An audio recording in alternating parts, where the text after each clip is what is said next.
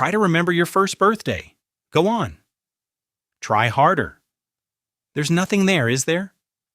No cake, no candles, no faces smiling down at you. Just a blank space where 365 days of your life should be.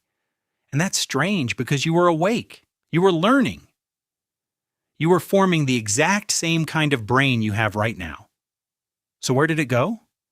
Somewhere between the age of 2 and 7, an entire version of you gets deleted. Scientists call it infantile amnesia. Sigmund Freud noticed it over a century ago and gave it its name, though his explanation for it turned out to be almost entirely wrong. He thought children repressed their early memories because of hidden sexual conflict. Modern neuroscience tells a very different story. And it's far stranger than repression. Here's the first surprising fact. Babies do form memories. You know this already, in a way you've probably never thought about. An infant recognizes its mother's voice within days of birth. It learns to fear a hot stove after touching it once. It remembers where the toy was hidden 5 minutes ago. These are memories. They're just not the kind that survive. There are different types of memory living in your brain, and they don't all mature at the same pace. Procedural memory handles skills, like riding a bike or knowing how to walk. This system is up and running almost immediately, which is why you can still swim or ride a bicycle even if you haven't done it in 20 years. But episodic memory, the kind that lets you replay a specific moment from your past, like where you sat at your 5th birthday party, works completely differently. And it needs a much more complicated brain structure to function. That structure is the hippocampus, a small seahorse-shaped region tucked deep in your brain.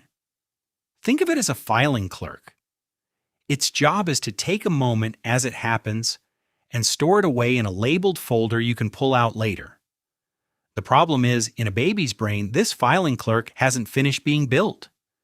New neurons are still being added to the hippocampus at a rapid pace throughout early childhood, in a process researchers call neurogenesis.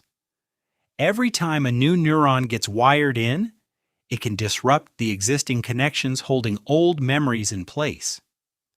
Psychologist Patricia Bauer, who has spent decades studying how memory develops in young children, found something remarkable.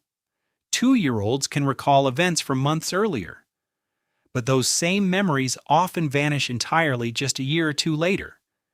It's not that the child never had the memory, it's that the storage system was still under construction, and construction crews don't worry about the furniture already sitting in the room. There's a second piece to this puzzle, and it has nothing to do with neurons. It has to do with language. Psychologist Carol Peterson interviewed young children about a memorable event, then went back years later and asked them again. What she found was startling. Children who hadn't yet developed strong language skills at the time of the event described it far more vaguely years later, almost as if the memory had lost its scaffolding. Language, it turns out, is one of the tools your brain uses to organize memory into a story with a beginning, middle, and end. Without the words to describe an experience while it's happening, the brain has a much harder time filing it away for retrieval. So picture your 2-year-old self. You're forming memories, but your internal filing system is being rebuilt every few weeks, and you don't yet have the words to properly label what's going into the drawer. Is it any wonder none of it survived? But there's something even stranger going on, and it goes beyond simple forgetting. Some researchers now believe those early memories aren't necessarily gone. They may just be unreachable. Neuroscientist Paul Frankland ran an experiment on infant mice, and what he discovered raises an unsettling question about your own childhood. High rates of neurogenesis in early life don't just fail to store new memories properly. They may actively bury older ones underneath a growing pile of new neural connections. The memory could still be sitting there physically in the tissue of your brain. You just may have lost the key to unlock it. Think about what that means. Somewhere in your skull right now, there might be a real, intact trace of the moment you took your first steps. The exact sound of your mother's laugh when you were 18 months old. Not a reconstruction, not a story you were told later and now believe you remember. An actual buried recording, permanently out of reach. This is where the story takes its strangest turn. Because plenty of adults are absolutely certain they remember their second birthday, or the day their sibling was born, or falling off a swing set at age 3. And researcher Nora Newcomb's work on early memory suggests that a large number of these memories aren't memories at all. They're memories of being told a story. You heard your parents describe the event so many times, saw the photograph so many times, that your brain constructed a first-person memory out of secondhand information.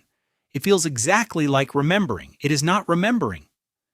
This raises an uncomfortable question about your entire childhood. How much of what you think you recall from before age 5 is a real trace of your own experience? And how much of it is a memory of a story someone else told you at Thanksgiving dinner, years after the fact? There's a strange comfort hidden inside all of this, if you look for it. The you that existed before age 3 or 4 wasn't a lesser version of you, waiting around to become someone worth remembering. That version of you was doing the most important cognitive work a human ever does. Learning language from nothing. Learning that objects still exist when you can't see them. Learning that other people have minds different from your own. All of that got built and kept. It's these specific sentimental scenes, the ones you'd actually want to hold on to, that got quietly discarded by a brain too busy constructing itself to also serve as an archivist.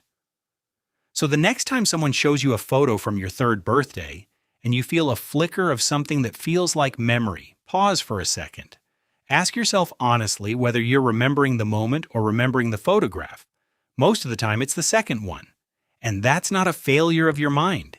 It's evidence of just how much work your mind was doing before you were old enough to notice it working at all. Try to remember your first birthday again. There's still nothing there. But now you know why. It isn't lost carelessly. It was the price of building the very brain you're using right now to wonder about it.